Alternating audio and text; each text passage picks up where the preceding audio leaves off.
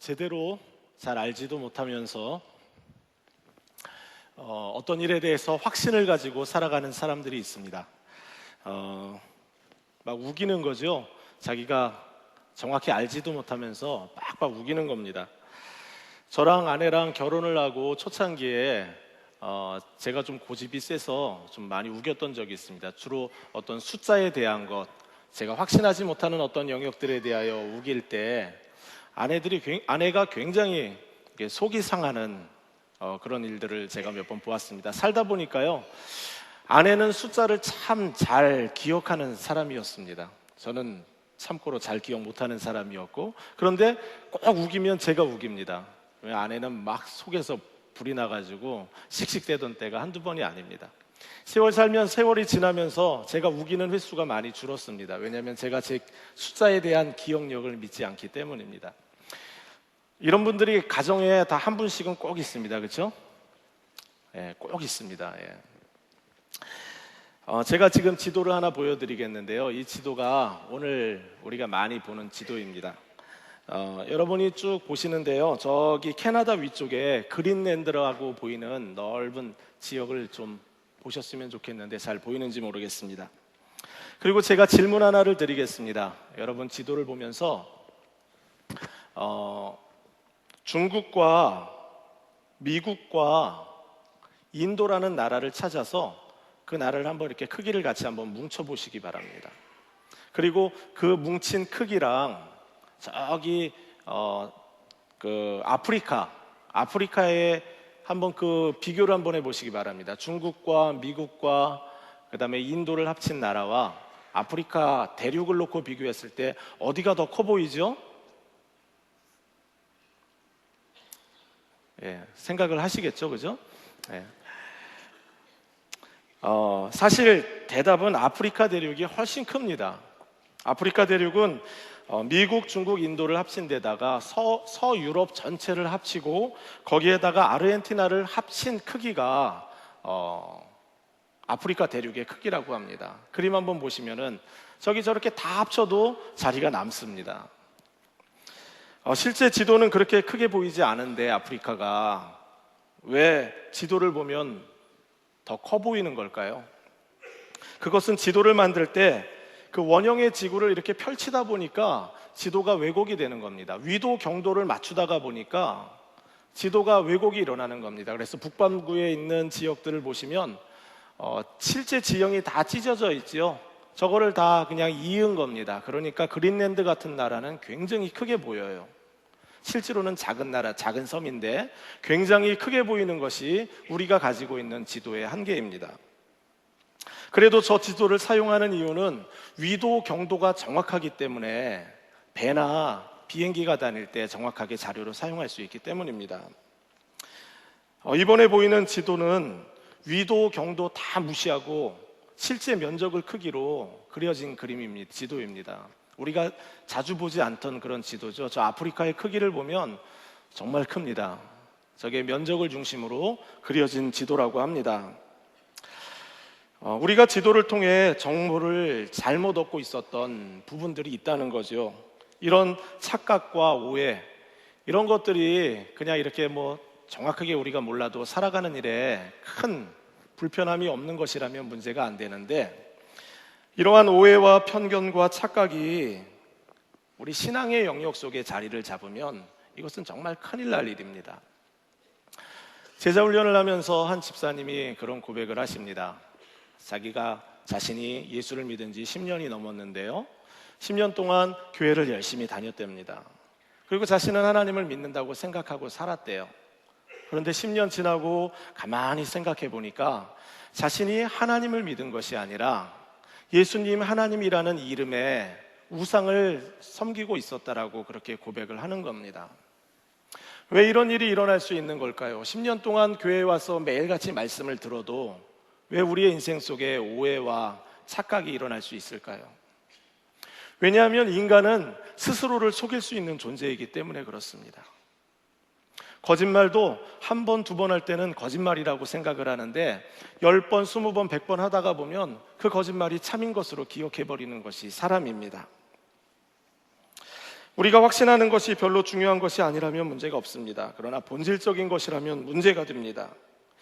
믿음 안에서 살아가는 삶이 무엇인지를 정확하게 알지 않으면 우리는 큰일이 납니다. 남들 다 그렇게 사니까 아무 문제 없어. 봐, 남들도 다 그렇게 살잖아. 생각하고 그렇게 우리가 산다면 우리에게 큰일이 일어날 수 있다는 말씀입니다.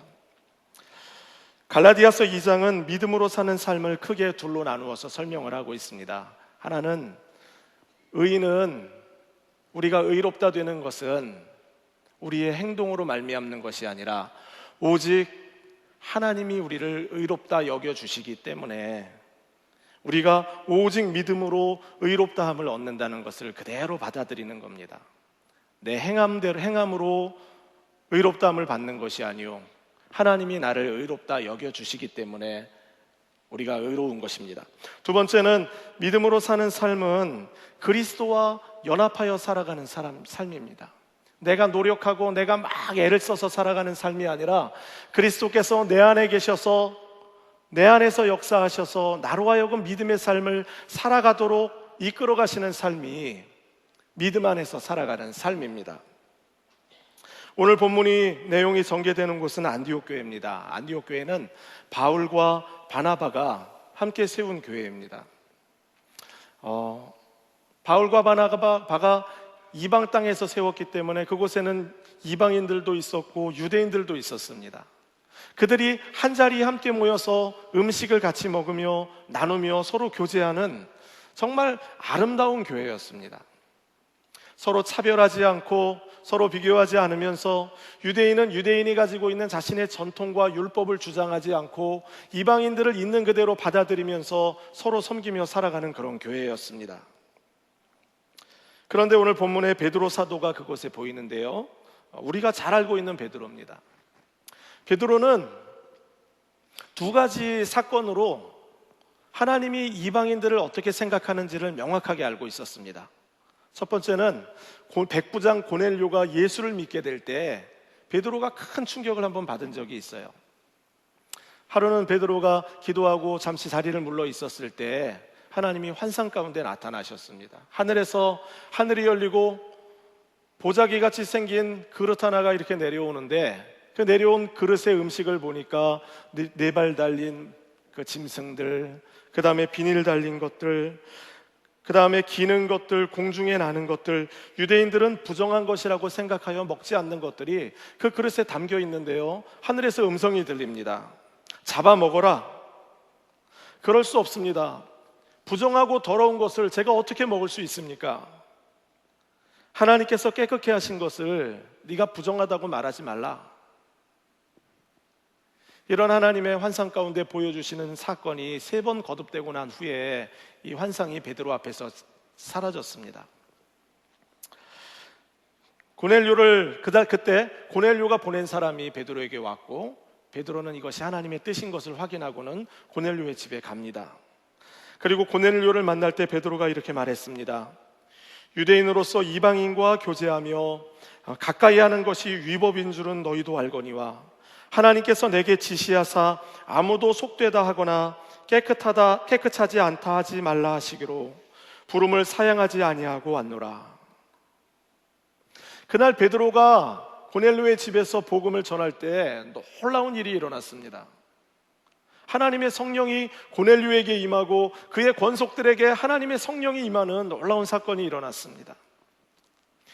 유대인들은 이방인들을 부정하다고 생각했는데 그 이유는 그들에게 율법이 없었기 때문입니다.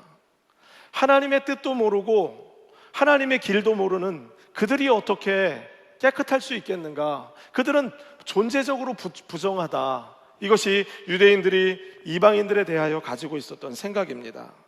그런데 하나님께서 강권적으로 베드로의 인생 가운데 나타나셔서 보여주셨을 때 이방인들도 하나님이 차별하지 않으시고 구원한다는 사실을 확인하게 되었을 때 베드로는 주저하지 않고 그들에게 세례를 주었습니다. 또 하나의 사건이 있었습니다. 사도행전 15장의 사건입니다. 예루살렘 공의회에 대한 사건인데요, 이 사건은 어떻게 사람들이 모이게 되었냐면 바리새파 사람들이 예수를 이방인들이 믿게 되려면 반드시 할례를 행해야 하고 또 한 가지 해야 하는 것이 있는데, 율법을 지키는 그 준수하겠다는 자세가 있어야지 예수를 믿을 수 있다는 겁니다. 구원을 받을 수 있다는 거예요. 이렇게 주장하는 사람들의 의견을 따라 예루살렘 공의회에 많은 사도들이 다 모였습니다. 바울도 참석했고 베드로도 참석했습니다. 다 참석하여 그들이 의논을 하고 위대한 결정을 합니다. 사도행전 15장 10절 11절에 이런 말씀이 있습니다. 지금 너희가 어찌하여 하나님을 시험하여 우리 조상과 우리도 능히 매지 못하던 멍에를 제자들의 목에 두려느냐. 그러나 우리는 그들이 우리와 동일하게 주 예수의 은혜로 구원을 받는 줄 믿노라. 내용을 자세히 보시면 우리가 구원받는 것, 그것 유대인이나 이방인이나 율법으로 구원받는 것이 아니라는 거예요. 하나님이 구원하실 때는 차별이 없다는 겁니다. 우리도 능히 매지 못하던 멍에를 제자들에게 왜 메어주려고 하느냐. 우리는 주 예수의 은혜만으로 구원받는 줄 우리가 확신하노라 고백하면서 공의회에서 결정을 하게 됩니다. 유대인의 표시인 할례나 하나님의 백성에게 주신 그 율법을 지키는 자세, 이런 것들이 기본적이지 않냐는 바리새인들의 의견에 대하여 사도들의 결정은 아니라, 우리가 의롭다 되어 의롭다함을 받아 하나님 앞에 나아갈 수 있는 것은 우리가 주 예수를 그리스도를 믿는 그 믿음만으로 하나님 앞에 설 수 있다는 것을 결의했던 것입니다. 정말 멋진 회의입니다. 이방인들을 다 자유하게 한 회의입니다. 유대인들뿐만 아니라 이방인들도 거리낌 없이 예수 그리스도의 은혜 앞에 담대하게 나올 수 있도록 길을 열어주었던 회의입니다. 회의를 하려면 이런 회의가 되어야 합니다. 사람을 자유롭게 하는 회의. 이런 토대 위에 안디옥 교회가 세워졌습니다. 그런데 문제가 발생했어요. 사도 베드로가 이방인들과 음식을 맛있게 먹다가 예루살렘에서 야고보 사도가 보냈다고 하는 사람들이 왔다는 소식을 들었는데, 그들이 나타나자 이방인들과 음식을 자유롭게 먹다가 그 자리에서 도망을 갔어요. 이방인들과 유대인들이 이제는 더 이상 먹는 어떤 규례에 따라 매이지 않고 예수를 믿음으로 구원을 받는데, 베드로가 지금 그 자리에서 음식을 먹다가 슬그머니 도망간 겁니다. 실제로는 야고보가 보낸 사람일 리가 없습니다. 야고보랑 바울은 예루살렘 공의회에서 같은 결정을 했던, 같은 자리에 있었던 사람들입니다. 예수 믿는 것을 증거하는 사람들을 싫어하는 유대인들의 무리라고 생각이 되어집니다. 그들이 다가왔을 때 베드로는 위축감을 느꼈고, 괜히 굳이 뒤에서 유대인들이 자신에 대하여 수군거리고 조롱하는 것에 대하여 부담스러운 마음을 가졌습니다. 그래서 자리를 비켰습니다. 별거 아닌 것처럼 보여질 수 있어요. 그런데 이 사건이 엄청 큰 파장을 일으킵니다. 한번 생각해 보세요. 이방인들이 어떤 생각을 하게 되었겠습니까? 지금까지 유대인들과 이방인들이 함께 식사를 할 때에는 그렇게 생각을 했어요. 음식 먹는 것으로 인하여 우리가 죄가 되지 않는구나. 더 이상 이제 이런 것이 문제가 되지 않는구나. 그런데 베드로가 도망가고 나니까 이방인들 마음속에 어떤 생각이 들었냐면, 이제 예수를 믿으려면 할례도 행해야 되고 율법도 지켜야 되는가 보다 하는 생각이 들었습니다. 그뿐만이 아닙니다.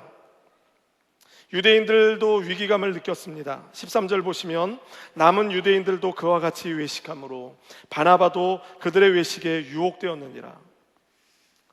바울의 동역자 바나바도 유혹되어 미혹되어 자리를 비켰다는 것입니다. 유혹에 넘어졌다는 것입니다.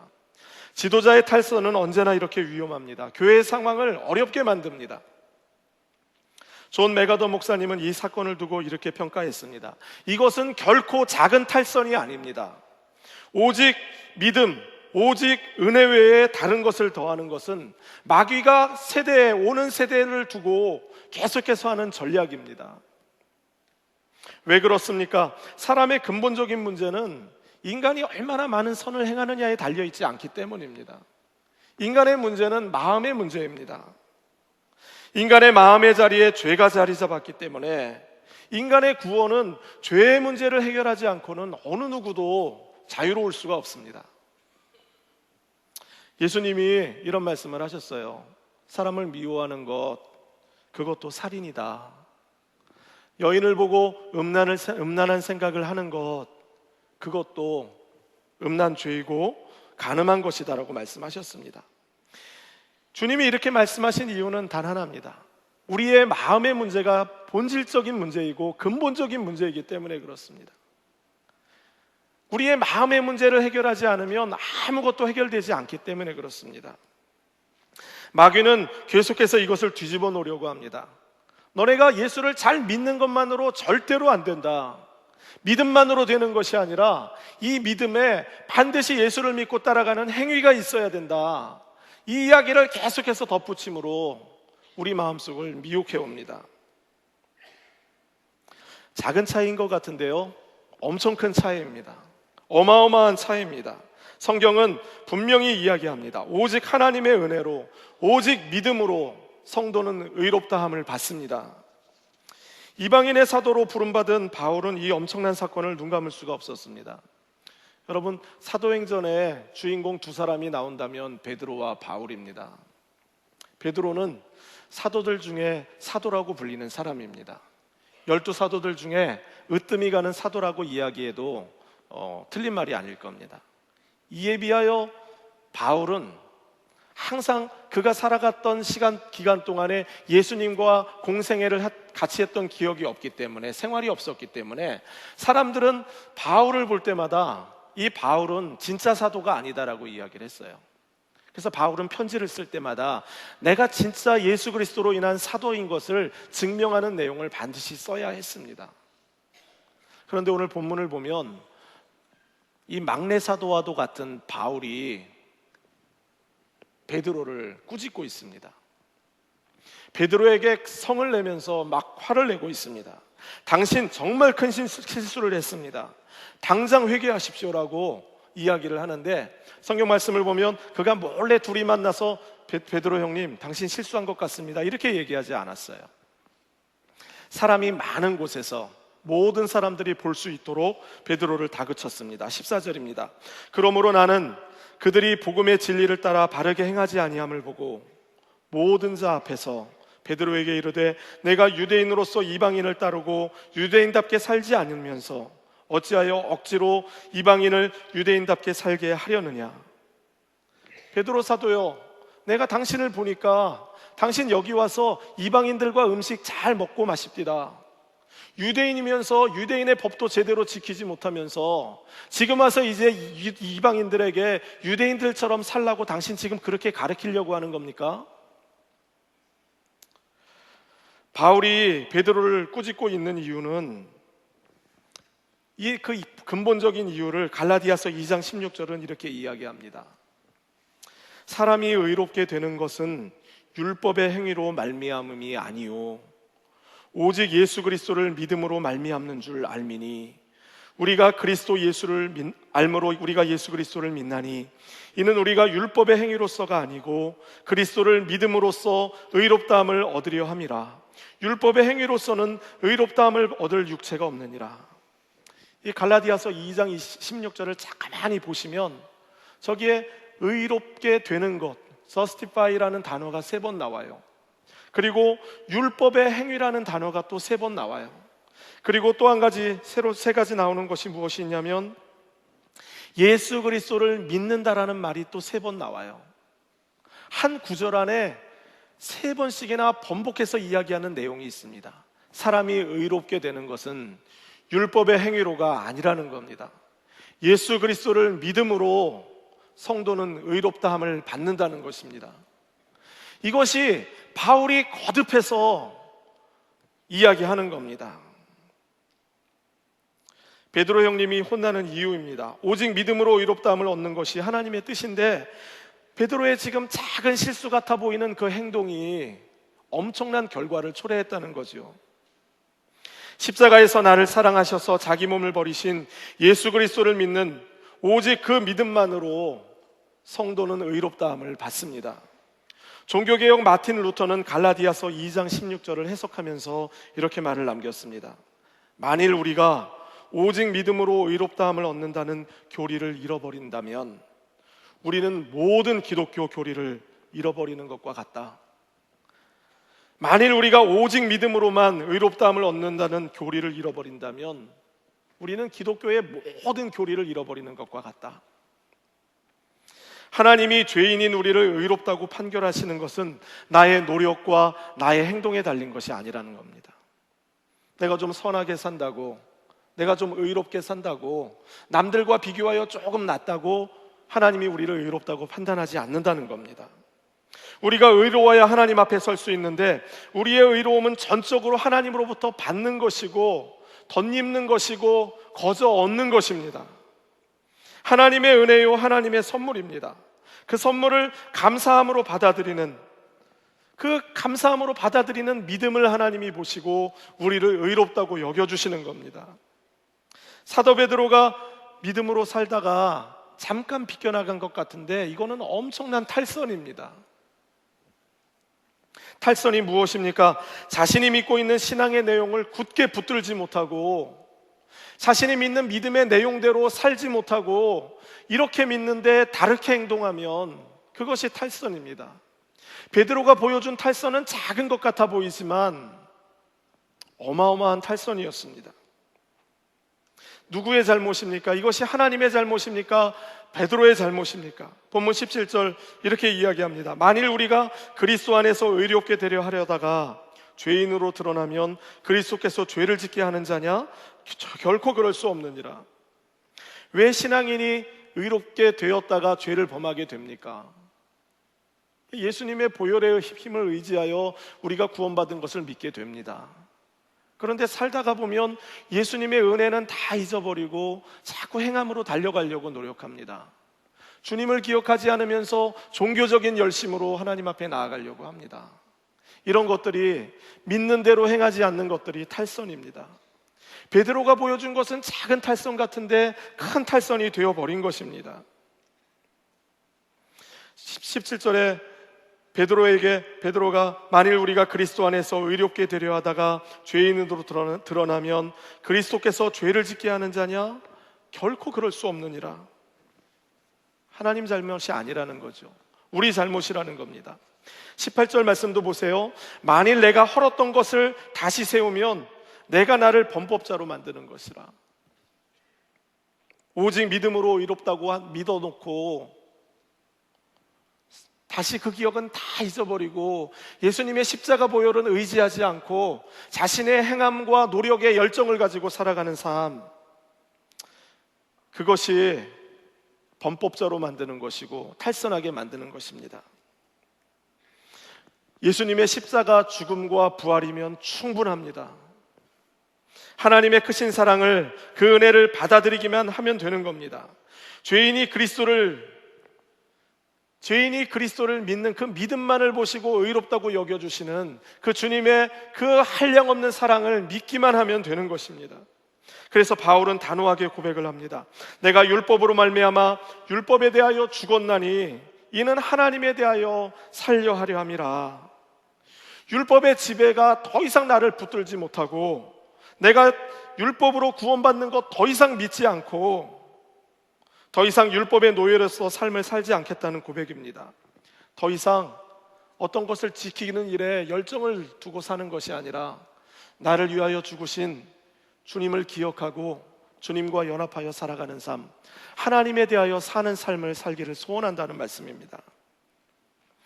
하나님에 대하여 사는 삶이 오늘 본문에 나와 있는 갈라디아서 2장 20절의 말씀입니다. 내가 그리스도와 함께 십자가에 못 박혔나니 그런즉 이제는 내가 산 것이 아니요 오직 내 안에 그리스도께서 사시는 것이라.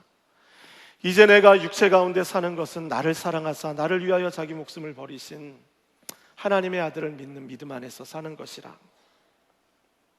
믿음 안에서 사는 것은 그리스도와 연합하여 사는 삶입니다. 그리스도와 연합하여 사는 삶은 내가 사는 것이 아니라 내 안에 그리스도께서 사는 삶입니다. 그리스도를 위하여 사는 삶이 아니라 그리스도께서 내 안에서 사시는 삶입니다.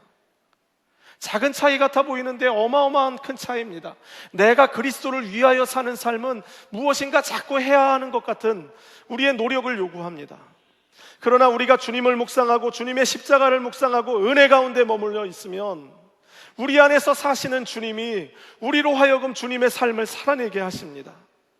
작은 차이인 것 같지만 엄청난 차이가 이 말씀 안에 있습니다. 단순하게 예수 그리스도가 십자가에서 죽으시고 부활하셨다는 그 사실을 역사적으로 지식적으로 믿는 것으로는 부족합니다.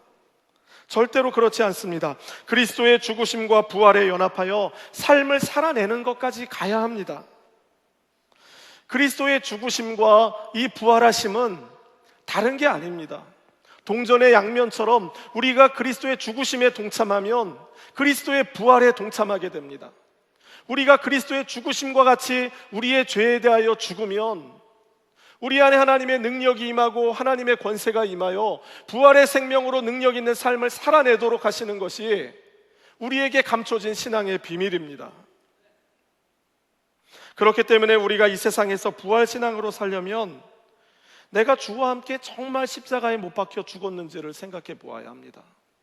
나는 과연 내 정과 욕심을 십자가에 못 박았는가? 그리스도 예수의 사람들은 육체와 함께 그 정욕과 탐심을 십자가에 못 박았느니라. 우리는 주님과 함께 죄로 인해 죽었고 함께 매장되었습니다. 우리의 죄는 이미 다 지나간 것이 되었습니다. 힘이 없는 것이 되었습니다. 로마서 6장 11절에 이렇게 말씀합니다. 이와 같이 너희도 너희 자신을 죄에 대하여는 죽은 자요 그리스도 예수 안에 하나님에 대하여서는 살아있는 자로 여길지어다. 그러므로 너희는 죄가 너희 죽을 몸을 지배하지 못하게 하여 몸의 사욕에 순종하지 말고 또한 너희 지체를 불의의 무기로 죄에게 내주지 말고 오직 너희 자신을 죽은 자 가운데서 다시 살아난 자 같이 하나님께 드리며 너희 지체를 의의 무기로 하나님께 드리라. 죄가 너희를 주장하지 못하리니 이는 너희가 법 아래 있지 아니하고 은혜 아래 있음이라. 그런즉 어찌하리요? 우리가 법 아래 있지 아니하고 은혜 아래 있으니 죄를 지으리요? 그럴 수 없느니라. 그리스도와 연합한 사람은 절대로 계속해서 반복되는 죄를 습관적으로 지으며 살아갈 수 있느냐? 없다는 것입니다. 십자가에서 주님이 나의 죄 때문에 죽으셨기 때문에 예수의 의를 힘입어 살아가는 그리스도인 안에는 죄 때문에 죄로 인하여 번복하여 누더기가 되고 세상 사람과 구별됨이 없는 삶을 살아갈 가능성이 없다는 말씀입니다. 여러분, 청개구리 이야기를 다 알고 있을 겁니다. 청개구리가 맨날 엄마 말 안 들었어요. 엄마가 오른쪽으로 가라 그러면 왼쪽으로 가고 왼쪽으로 가라 그러면 오른쪽으로 갑니다. 엄마가 세월이 지나서 많이 몸이 아파졌어요. 몸이 아파져서 이제 자신이 죽는 것이 확실해졌는데 만약에 자신이 나를 땅에다 묻어달라 그러면 냇가에 묻을 것 같고 냇가에 묻어달라 그러면 땅에 묻을까 생각하다가 고민하다가 거꾸로 이야기해야지 결정하고 청개구리에게 이야기합니다. 청개구리입니다. 청개구리가 아니라 제 아내가 청개구리라고 리마인드 해줬는데요. 자, 생각해 보세요. 청개구리가 엄마가 이제 죽었어요. 그리고 청개구리가 이 무덤을 냇가에다 엄마가 시키는 대로 묻었습니다. 그리고 이제 비가 오면은 청개구리가 울기 시작하는 겁니다. 엄마가 쓸려 내려갈까 봐. 청개구리도 그 평생을 살다가 마지막 때에 엄마의 마음을 이해하고 엄마의 말을 듣습니다. 여러분, 곰곰이 한번 생각해 보시기 바랍니다. 예수님이 저와 여러분의 죄 때문에 십자가에서 죽으셨는데 우리가 정말 계속해서 죄 가운데 살아갈 수 있단 말입니까? 10년, 20년, 30년을 살아가면서 주님이 분명히 저와 여러분의 죄 때문에 죽으셨는데 죄의 대가는 형벌이기 때문에 내 죄 때문에 주님이 십자가에서 죽으셨는데 여러분, 우리가 죄 때문에 계속해서 죄를 번복하여 지으며 살아갈 수 있다는 것입니까? 예수님과 연합한 우리가 어떻게 자신의 정욕대로 이기적으로 잘 먹고 잘 살려고 예수를 믿을 수 있습니까? 예수님을 십자가에 못 박고 현저히 욕보이는 행동이 아닙니까? 하늘의 영광 다 버리시고 이 땅에 오셔서 우리와 친구가 되신 예수님을 생각할 때 우리가 어떻게 사람들을 차별하며 살 수가 있겠습니까? 어떻게 학연에 얽매이고 지연에 얽매이고 자기 수준에 맞는 사람들과 어울려 살아가면서 자기와 좀 비교하여 부족하다고 생각하는 사람들을 함부로 생각하며 살아갈 수가 있습니까? 이민 온 지 오래된 사람들은 이민 온 지 얼마 안 된 사람들에 대하여 불편한 마음을 가질 수가 있는 겁니까?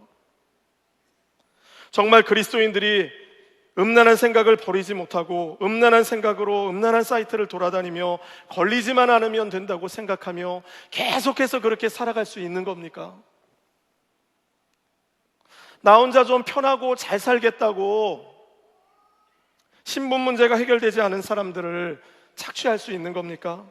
영주권 비자가 제대로 나오지 않아서, 그렇지 않아도 정권이 새로 바뀌고 불안한 마음으로 살아가는 그들을 향하여 악을 행할 수 있는 것이 기독교인들이 할 수 있는 행동입니까? 사랑하라고 했는데 사랑하기는커녕 험담하고 판단하고 정죄하는 것, 정말 주님이 우리의 죄 때문에 죽으셨다면 우리가 그렇게 할 수 있는 것입니까? 우리는 고민해야 합니다. 왜 우리는 여전히 죄의 영향력 아래 지배를 받고 있습니까?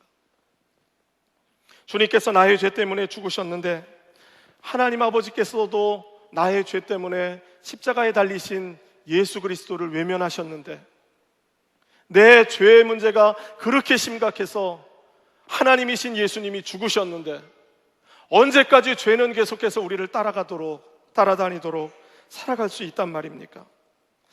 죄를 가볍게 여기는 것은 그리스도인에게는 불가능한 일입니다.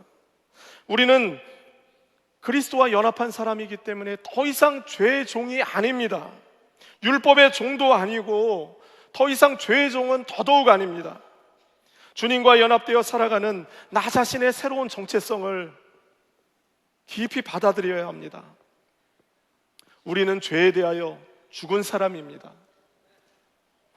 오스왈드 챔버스 목사님은 주님은 나의 최고봉이라는 책에서 우리에게 이렇게 도전합니다. 그분이 글로 쓴 내용을 제가 읽고 설교를 마치려고 합니다. 내 속에 있는 죄를 완전히 없애겠다는 영적인 결단을 해야 합니다. 내 안에 있는 죄가 완전히 죽어 없어지기를 기도해야 합니다. 이러한 단호한 결단을 하는 데는 오랜 시간이 걸릴 수도 있겠지만, 예수님이 세상 죄를 지고 죽으신 것처럼 내게서 죄가 죽어야 한다고 결정한다면 내 생애의 가장 위대한 순간이 될 것입니다. 당신은 수의를 입고 당신 자신의 장례를 치렀습니까? 아니면 당신 영혼의 어리석음을 신성하게 속이고 있습니까? 당신 생애의 죄에 대하여 마지막 날이었다고 단언할 수 있는 시점이 있습니까? 지나온 삶에서 그렇습니다. 제가 하나님과 하나가 되었던 것은 그때 거기 수의를 입은 저의 장례식에서였습니다. 고백하면서 겸손과 넘치는 감사로 회고할 수 있는 확실한 장소가 있습니까? 지금 당신의 장례식을 당신은 경험하고 싶습니까? 오늘이 이 세상에서 마지막 날임을 고백하고 주님과 하나 되기를 원하십니까? 당신하기에 달렸습니다. 오늘 말씀을 생각하면서 우리 갈라디아서 2장 20절 말씀, 내가 그리스도와 함께 십자가에 못 박혔다, 우리 이 찬양을 좀 깊이 묵상하면서 함께 찬양하고 기도하는 시간 갖도록 하겠습니다.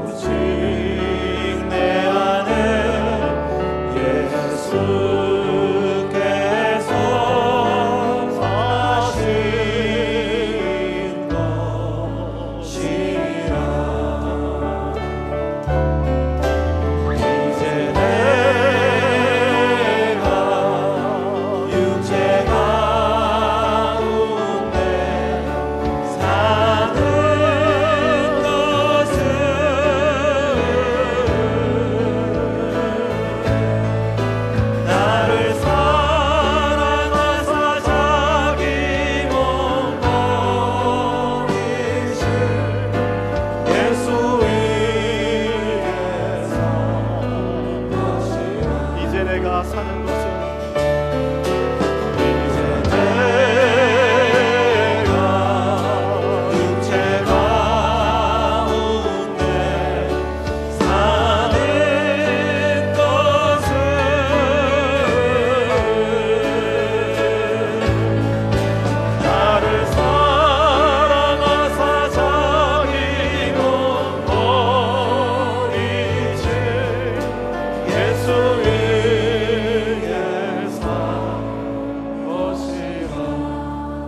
오직 은혜로 오직 믿음으로 우리를 구원해 주신 주님께 감사 기도를 드립시다.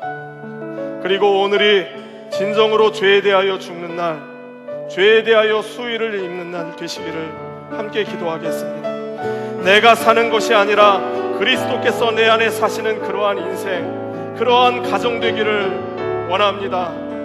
우리 같이 기도하며 나아가겠습니다. 사랑과 은혜 많으신 아버지 하나님, 정말 주의 은혜와 주의 성령께서 아버지 하나님 우리 마음 가운데 오셔서 예수를 주로 믿게 하시고, 아버지 하나님 믿음의 종이 되게 하시고, 말씀을 증거하는 자로 삶을 살아가게 하시고 감사합니다. 하나님, 죄에 대하여 죽기를 원합니다. 아버지 하나님, 수위를 입는 시간이 되기를 소원합니다. 반복되는 계속되는 죄 가운데 하나님을 만홀히 여기고, 하나님을 아버지 하나님 없인 여기는 우리의 어리석음과 우리의 죄악됨을 회개하며 나아가기를 하늘의 문을 열어주시고 우리의 마음에 진지한 결단이 있도록 성령님이 심한 역사하여 주옵소서. 성령님 우리의 마음을 흔들어 주시고, 성령님 우리 마음속에 아버지 하나님 새로운 하나님의 역사를 행하여 주시옵소서. 아버지 하나님 간절히 기도합니다. 죄의 노예로 살아가다가 그렇게 무능하게 살다가 그래도 그렇게 주님 앞에 서지 않고 주여 죄에 대하여 죽는 순간이 우리에게 함께하여 주옵소서. 온전하게 죄에 대하여 죽음을 선언하는, 진지하게 선언하는 그날이 있게 하여 주시옵소서. 우리의 교만과 우리의 오만함과 우리의 아버지 하나님 우리의